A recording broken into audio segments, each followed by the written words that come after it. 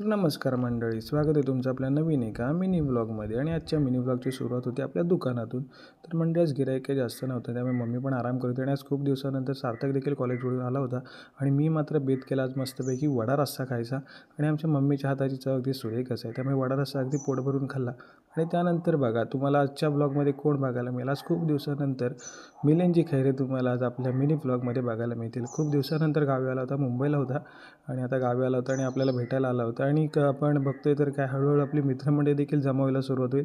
संजूभाई देखील आला तितक्यात. आणि त्यानंतर मस्तपैकी गप्पा गोष्टी आमच्या थोड्याशा रंगल्या. आणि तेवढ्यातच ऋषीभाई देखील आला. आज सध्या गर्लफ्रेंडसोबत कॉलवरती बोलत होता, मित्रांसाठी टाईम नाही भावासाठी. आणि त्यानंतर आपले प्रितेशजी गावडे ते देखील आले. परत भावाला आज थोडासा उशीर झाला होता, त्यामुळे तो काही जास्त वेळ थांबला नाही आणि तो मात्र लगेचच घरी गेला. आणि त्याचबरोबर केतनजी शिंदेसाहेब सुट्टीला आलेत आणि नुसत्या उन्हाळक्या करत असतात साहेब.